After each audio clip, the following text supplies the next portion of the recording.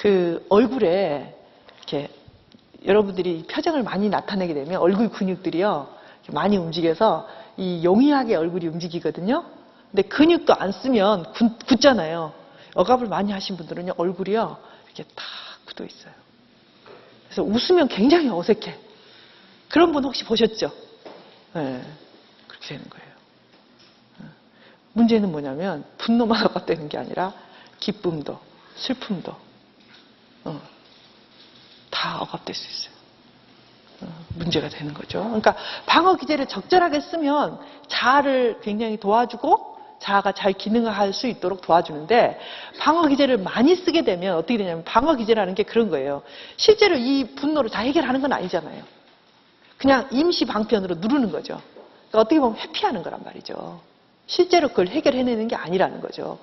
그렇게 되면 이제 내 마음에 여러 가지 문제들이 많이 억압된 채로 남아있게 되고요. 그 남아있는 문제들이 실은 내 삶에 부작용을 일으키는 경우가 꽤 많이 생기게 돼요. 중요한 거 이제 억압이라는 거. 또 이제 우리가 충격적인 일을 당했을 때 제일 먼저 하는 게 뭐냐면 부인이에요. 부인.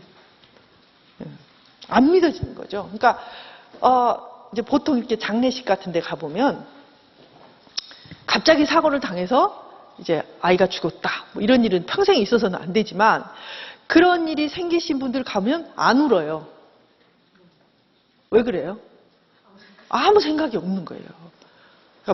그러니까 이게 안 느껴지는 거죠. 왜? 부인하고 있으니까. 부인하는 거예요. 예, 그런 거. 또 뭐 그런 게 있죠. 또 투사. 투사는 뭘까요? 투사. 내 감정인데 그걸 내가 감당하기에는 너무 힘든 거예요. 예를 들면 이제 그 대표적인 게 뭐냐면 화가 나고 분노가 막 솟아오를 때 여러분 분노는 굉장히 강력한 감정이잖아요. 우리가 사람을 미워하면 정말 힘든 게 뭐냐면 내가 힘드니까. 그 사람이 밉다. 근데 그 사람이 너무 얄미워 나한테 한 행동을 생각하면 어떻게 그럴 수가 있어? 그럼 그날 잠이 와요 안 와요? 여러분도 잠 못 자는 분노의 밤을 샌 적 있어요? 네. 있나 봐. 다 웃으시는 거 보니까 있나 봐요. 화가 나잖아요. 그러면 잠이 안 와요. 그러니까 분노라는 감정이 일단 솟아오르면 우리를 굉장히 고통스럽게 해요. 근데 이제 이 분노가 강력한 분노일 때는 정말 더 우리가 이게 자아가 감당하기 힘든 거죠. 그래서 뭘 하냐면 무의식적으로 투사를 해요. 투사를. 그래서 내가 화가 났어요. 근데 얘한테 뭐라 그러냐면 네가 화를 냈다 이렇게 말을 해요. 정말 그럴 수가 있나? 있어요. 꽤 많이. 뭐 건강한 사람도 투사 종종 쓰거든요. 여러분이 밤에 이제 어떤 사람 때문에 화가 났다고 생각해 보세요. 화가 났는데 왜 화가 나냐면 그 사람이 한 행동도 화가 나지만 그 사람이 한 행동에 대해서 해석을 하는 거예요, 내가. 그때 어때요? 더 강하게 해석이 되죠. 막 그랬을 거야. 내가 이렇게 보니 걔가 그때부터가 아니고 그 이전부터 나를 무시했을 거야. 응? 그리고 이 집뿐만이 아니라 이런 마음을 갖고 있을 거야. 막 이러면서 화가 나는 거예요. 근데 그게 누구 마음이에요? 내 마음이에요. 실은 내 마음. 내 마음속에서 화가 나는 거지. 근데 그 화를 자꾸 걔한테 투사시키면 걔가 그런 것처럼 느껴지고 또 그것 때문에 또 나는 또 더 화를 내고 이런 식으로 막 투사하는 거예요. 근데 이제 이런 거는 그래도 자기가 화날 때 하는 거니까 괜찮은데 정말 무의식적인 투사들은요 무서워요. 왜냐하면 자기가 굳게 믿게 돼요. 뭘 믿게 되냐면 그 사람이 나를 미워한다고. 실은 내가 미워하는데. 그래서 이제 이런 것들이 투사. 투사 때문에 사람의 관계가 깨지는 경우가 많이 있죠. 제가 그 이야기 했나요? 우리 자기 친척하고 불화했던 아가씨 이야기 했나요? 안 했어요? 투사를 좀 쓰는 아가씨가 있었어요. 근데 이제 상담을 하면서 많이 좋아지셨는데, 그때 이제 추석 구정이 다가오는데, 자기는 그 집에 가기 싫다는 거예요. 왜 가기 싫은가? 그랬더니, 자기 작은아버지가 자기하고 말을 안 한대. 그리고 자기를 보면 아주 무뚝뚝하고, 그렇게 자기를 무시할 수가 없다는 거예요. 자기를 너무나 무시한다는 거예요. 그래서, 보니까 이제 이분이 투사를 쓰는 분이에요. 그래서 제가 제의를 했어요. 어떤 제의를 했냐면 좋다. 그런데 그 작은아버지가 그렇게 했다고 하자, 너한테. 근데 너는 그 작은아버지를 볼 때 어떤 태도를 취했니? 그랬더니 가만히 생각을 해보는 거예요. 이럴 때는 자기가 안 보여요, 이분이. 가만히 생각해 보니까 자기가 작은아버지를 볼 때는 얼굴이 굳겠지. 왜냐하면 작은아버지가 나를 인정하지 않으니까, 내 인사도 안 받으니까 얼굴이 굳어 있었던 것 같아요. 어떻게 인사를 했던 것 같아? 그러니까 안녕하세요 이렇게 인사한 게 아니라 안녕하세요 이렇게 이런 식으로 했을 것 같아 라는 거예요. 그래? 그럼 작은아버지가 너를 볼 때는 인사를 받을 수 있는 표정이었을까? 뭐 이런 거 이제 이야기를 서로 한 다음에 둘이 실험을 하기로 했어요. 어떤 실험을 하기로 했냐면 이번에는 가면 작은아버지한테 굉장히 따뜻하고 호의적으로 한번 인사를 한번 해봐. 네가 어떻게 되나 보게. 그래서 이제 보냈어요. 그러고 나서 이제 왔어요. 어떻게 됐니? 그랬더니 뭐라 그러냐면 제가요 작은아버지 만났는데요. 작은아버지 안녕하세요. 그리고 인사를 했대요. 웃으면서. 그랬더니 그 명절 기간 내내 작은아버지가 자기한테 그렇게 잘하더래요.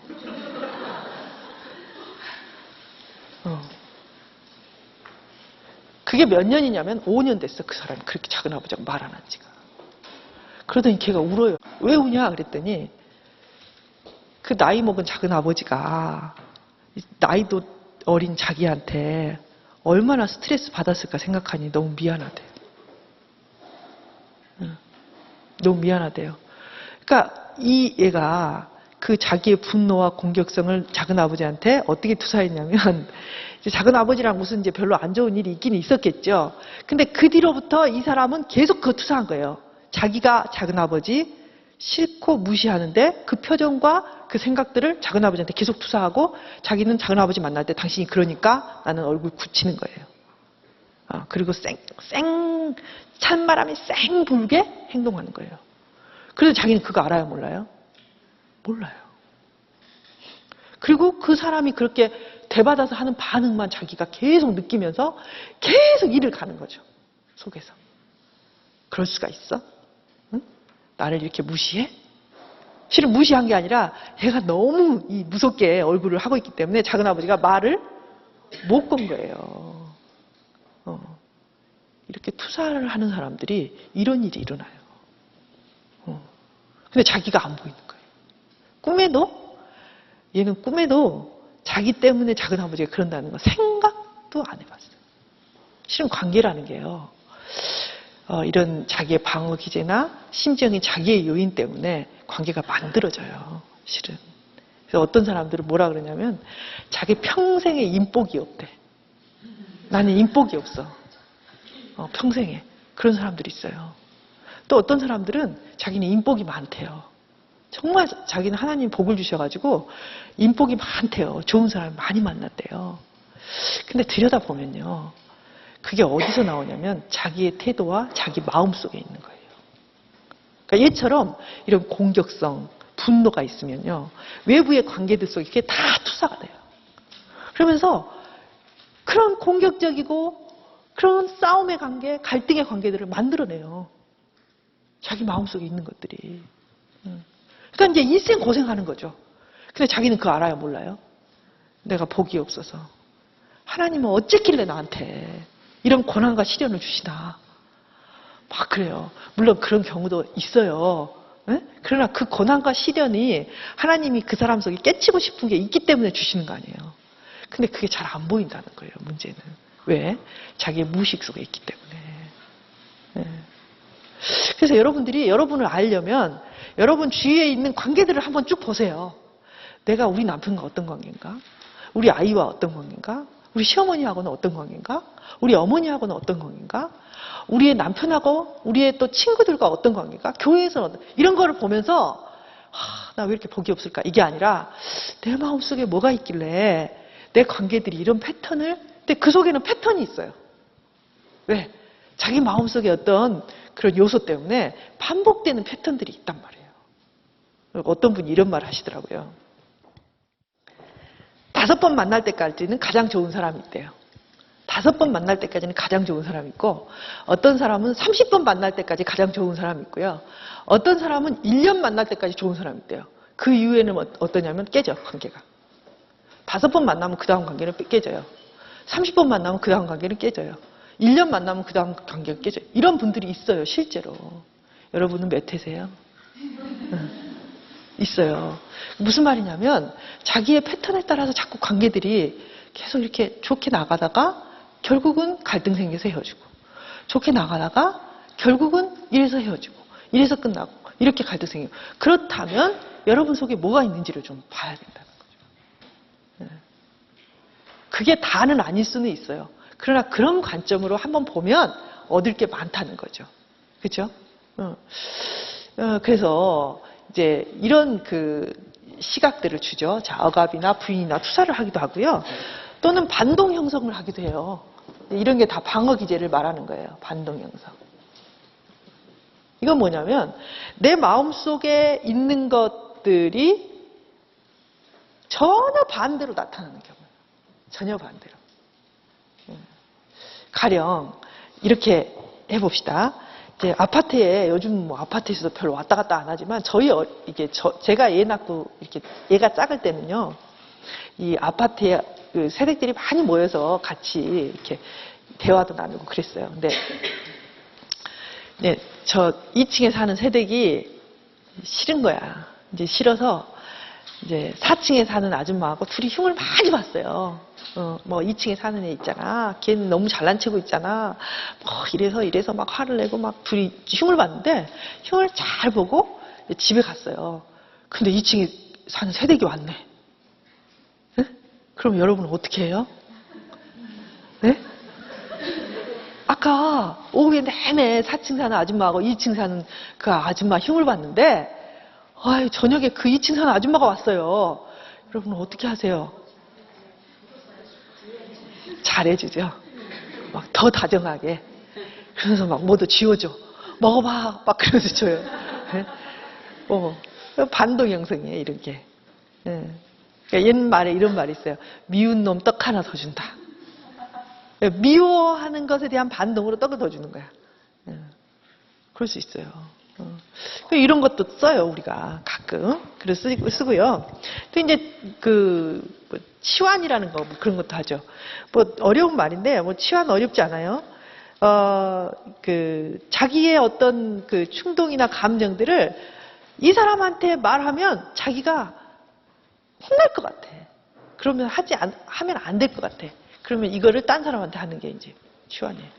예를 들면 남편하고 아내가 싸우죠. 근데 이제 요즘 아내들은요, 힘이 많이 세졌어요. 그래서 남편이 뭐라 그래도 가만히 있지 않거든요. 근데 옛날 아내들은 그렇지 않았어요. 제가 상담을 처음 시작할 때만 해도요, 그때만 해도 참 남편에게 핍박받는 아내들이 많이 왔었거든요. 근데 지금도 그런 분이 있지만 요즘은요, 아내한테 핍박받는 남편들이 종종 있어요. 네, 꽤 많아요, 여러분. 근데 그때만 해도 이제 남편이 뭐라고 막 하면 여자들이 참죠. 그래서 화가 나 있어요. 그거 어디다 풀어요? 아이들한테 많이 풀어요. 얘가 뭐라 그러면 저기!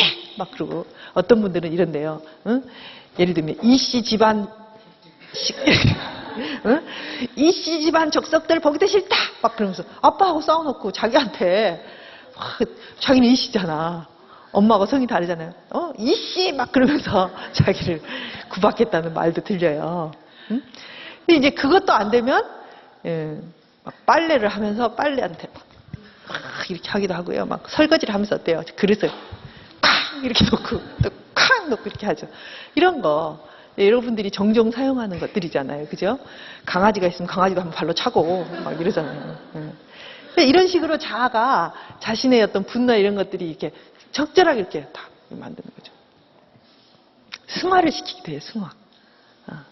승화는 내 속에 있는 용납되지 않는 감정이나 어떤 욕구들을 세상이 용납하는 좋은 방식으로 이렇게 분출시키는 거예요. 예를 들면 굉장히 공격성이 많은 사람이 뭐를 하냐면 조각을 해요. 조각. 그래서 막 징을 갖고 막 때려 부수는 거예요. 그러면서 막 조각을 만들면 다른 사람보다 속도가 2배가 더 나. 왜냐하면 이 사람 속에 막 분노의 에너지가 올라오기 때문에 2배, 3배로 막 가는 거예요. 또 막 부모로부터 억압받았던 어떤 그 미술가가 하나 있었는데 그분은요, 뭐를 하냐면 쇠를 해요, 쇠. 여잔데, 그래서 얘가 뭐를 하냐면 용접. 막 찌찌찌 막 하고 막 보면 그걸 하고 나면 속이요 후련하대요. 예. 그런 게 이제 승화죠. 예, 승화. 아까 우리가 했던 자기가 고와 같이 느껴지고 분노가 있었던 분은 어떻게 해요? 확 도와줘요. 불쌍한 사람. 자기 속에 있는 분노나 자기의 있는 뭐 고독이나 외로움이나 원망을 그런 걸 통해서 막 푸는 거예요. 이런 승화를 하기도 하고요. 그러니까 자기 나름대로 자기의 어떤 부분들을 해소시키는 거죠. 예, 그렇게 해서 나가면서 살기도 해요. 그래서 이제 나중에는요, 이게 이제 사람들을 분석할 때 그 사람이 쓰고 있는 방어 기제를 보면 이 사람이 어떤 식으로 병리가 나타나겠다를 짐작할 수 있어요. 짐작. 억압을 많이 쓰는 사람들은요, 뭐 여러 가지가 나타날 수 있지만 히스테릭하기 쉬워요. 히스테리아들이 쓰는 것들이 뭐냐면 억압이라는 거예요. 약간 잘 모르시겠지만 그냥 넘어갑시다. 시간이 다 됐으니까. 그래서 이제 이런 것들을 쓰기 쉽고요. 투사를 많이 쓰는 사람들은요, 편집증 환자들이 많이 써요. 투사들은. 그래서 사람의 그 타입에 따라서 방어 기제를 찾아보고 또 방어 기제를 따라서 이 사람의 병리들을 구분하는 그런 이제 중요한 수단이기도 하거든요. 그러니까 여러분 자신이 내가 힘들고 어려울 때 어떤 식으로 해결해내는가를 여러분이 보는 거예요. 회피를 하는가? 억압을 하는가? 투사를 하는가? 뭐 승화를 시키는가? 내가 직면하는 거를 정말 힘들어하는가? 결국은 어떻게 해야 되냐면 중요한 문제들은 직면해서 해결해야 돼요. 어렵지만. 자, 이런 이제 다는 아니지만 여러분과 같이 이제 프로이드 이론들을 이렇게 나누었는데, 그렇다면 기독교적 입장에서 프로이드 이론을 볼 때 어떻게 볼 수 있는가 이런 거죠. 예. 기독교적 입장에서 프로이드 이론을 볼 때 인간의 어떤 내면을 깊이 있게 들여다보고 그것들에 대한 통찰을 주고 있다는 면에서는 굉장히 좋아요. 예. 그래서 어떤 상담자들도요, 이 프로이드 이론을 깊이 공부하지 않고 상담하기는 참 힘들어요. 저는 정신분석자가 아니에요. 그러나 열심히 공부해요. 왜냐하면 이렇게 디테일하게 인간의 내면들을 설명해내는 이론들이 없어요. 가장 중요한 이론이기 때문에. 그럼에도 불구하고 이 프로이드 이론이 기독교적으로 볼 때 좀 맹점들이 있어요. 어떤 거냐면 이제 처음부터 우리가 이야기했던 게 뭐냐면 개인의 심리 내적인 부분들을 이야기했단 말이에요. 그죠? 그래서 어떤 문제가 생기면 개인 안으로 들고 들어가서 이야기하고 개인의 어떤 욕구들을 이야기하고 갈등을 이야기하고 그런 것들을 해결한단 말이에요. 그러니까 즉 이 프로이드 이론의 특징은 뭐냐면 굉장히 개인주의적이라는 거예요. 그리고 해결 또한 어떤 대상에 의존하기보다는 자기 개인 내적인 독립적인 그런 해결을 추구해요. 근데 이제 우리가 기독교에서 보자면 인간은 어떤 존재냐면 의존적인 존재거든요. 그렇죠? 우리는 특히 한국인은 더 그래요. 한국인에게 개인이라는 것은 별로 의식에 별로 없는 것 같아요. 개인이라는 게. 왜냐하면 한국은 우리라는 개념이 굉장히 강하거든요. 그러니까 아마 기독교가 한국에서 이렇게 번성할 수 있는 이유 중에 하나가 뭐냐면 한국 사람들은요, 굉장히 우리의 개념이 강한 사람이고요. 상호 의존이 아주 발달된 어떤 조직적인 그런 특징이 있다는 거예요. 그래서 한국 사람은 자기 부인을 소개할 때도 내 부인이라고 하지 않아요. 우리 부인. 근데 여러분 생각해봐요. 말이 얼마나 웃겨요. 우리 부인. 거기까지도 우리 부인이에요. 그리고 얘도 어때요? 우리의. 집도 우리 집. 내 집이 아니에요. 혼자 살아도 우리 집이라고 말해요. 내 집이라고 말하지 않아요. 그런 존재란 말이에요, 한국 사람들이. 예. 근데 이런 것은 무엇을 말하냐면 우리가 서로 의존하고 서로 함께 상호 이익을 나누고 서로 함께 가는 그것들을 굉장히 중요시 여긴다는 거거든요. 근데 기독교는 실상 이런 걸 중요하게 여겨요. 예. 우리는 뭐라 그러냐면 지체라고 하잖아요. 그죠? 그리고 우리의 하나님이라고 그러잖아요. 우리 하나님이지 내 하나님 이렇게 부르게 안 했거든요. 하늘에 계신 우리 아버지라고 부르게 했어요. 그러니까 이런 우리라는 개념들에서 보면 이 프로이드 이론들이 굉장히 개인적인 부분에 너무나 초점을 맞추고 있다. 뭐 이런 것들이 약간 대치점에 있겠죠. 네, 그리고 이제 이 정신분석에서는 개인을 알아가고 개인을 분석하고 개인에 대한 어떤 탐구들이 굉장히 깊은 반면에 어떤 하나님이나 외부 환경적인 부분에 대한 어떤 탐구는 약해요. 네. 그런 부분이 이제 좀 약하고요. 그러나 이제 이런 것들을 우리가 고려할지라도 이 정신 분석이 주고 있는 인간에 대한 이해력은 많은 부분에 우리에게 도움을 줄 수 있다는 거예요. 특히 이제 상담자도 마찬가지고요. 여러분들이 가족을 생각하고 여러분 자신을 이해하고 또 교회에서 다른 사람들을 이해하는 데는 아주 좋은 도구가 될 수 있다는 거죠. 자, 여러분들이 이 1시간 동안에 어떤 부분에서 이해력을 얻으셨는지 참 궁금해요. 근데 이제 이 시간에 여러분들이 가져갔으면 좋겠다라고 생각하는 것은 이런 거죠. 최소한 우리가 누구를 볼 때 무슨 일이 일어났을 때 그것이 표피적인 부분에서 이거야. 너는 이런 사람이야. 왜 그랬어가 아니라 좀 더 이해하자는 거죠. 내가 왜 그랬을까? 내가 왜 화를 냈을까? 또 내가 왜 힘들까? 내가 왜 우울할까? 또 나아가서는 너는 왜 그랬을까? 너는 왜 그렇게 힘들까? 너는 왜 그렇게 불행할까? 너는 왜 그렇게 이런 부분에서 불안할까? 이런 것들에 대한 여러분들이 생각을 좀 했으면 좋겠어요. 그리고 예를 들면 하나님과의 관계에서도 그렇죠. 하나님은 우리에게 뭐라고 말씀하시냐면 항상 기뻐하라고 말씀하세요. 그런데 이 기뻐하라는 것이 무엇을 통해서 일어나야 되냐면 철저한 슬픔과 불안과 기쁘지 않은 요소들을 처리하면서 일어나야 된다는 거예요. 그러기 위해서는 정말 기뻐하기 위해서는 내 속에 있는 우울, 기뻐하지 않는 요소들에 대해서 우리가 알아가고 그것들을 하나님과 나누고 그것들을 정말 적나라하게 이렇게 우리 자신 속에서 들춰내지 않고서는 진정한 기쁨에 이르지 못해요. 실은. 그걸 간과하면 안 된다는 거예요. 감사하라? 진짜 감사, 하나님께 감사하기 위해서는 우리 안에 불평을 다루어내지 않으면 안 돼요. 그러니까 이런 과정에 대해서 우리들이 이 과정을 누구와 함께 하냐면 성령과 함께. 하나님, 나는 기뻐요가 아니라 하나님, 나는 기쁘고 싶은데 내 안에 기쁘지 않는 이런 것들이 있어요가 돼야 된다는 거죠. 하나님, 나는 감사하고 싶어요. 근데요, 내 앞에서 아우성을 쳐요. 안 감사하대요. 화난대요.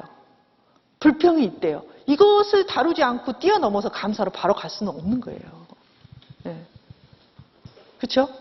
그래서 좀 더 예를 들면 우리가 겸손하려고 하면 여러분은 여러분의 교만에 대해서 생각하지 않고는 겸손할 수 없잖아요. 그렇죠? 그래서 그냥 건너뛰어서 내가 감사하고 건너뛰어서 내가 기쁘고 건너뛰어서 내가 이런 걸 다 해내는 게 아니라 이 과정들에 대해서 우리가 좀 더 인식해내고 그것들을 파내서 좀 더 하나님께 열어드리고 그것을 함께 나눌 때 진정한 기쁨의 할 수 있는 그런 하나님의 계명을 지킬 수 있는 그 상태에 이룰 수 있다는 거죠. 그런 의미에서 실은 이 프로이드의 이론들이 우리의 신앙생활에 도움을 줄 수 있습니다.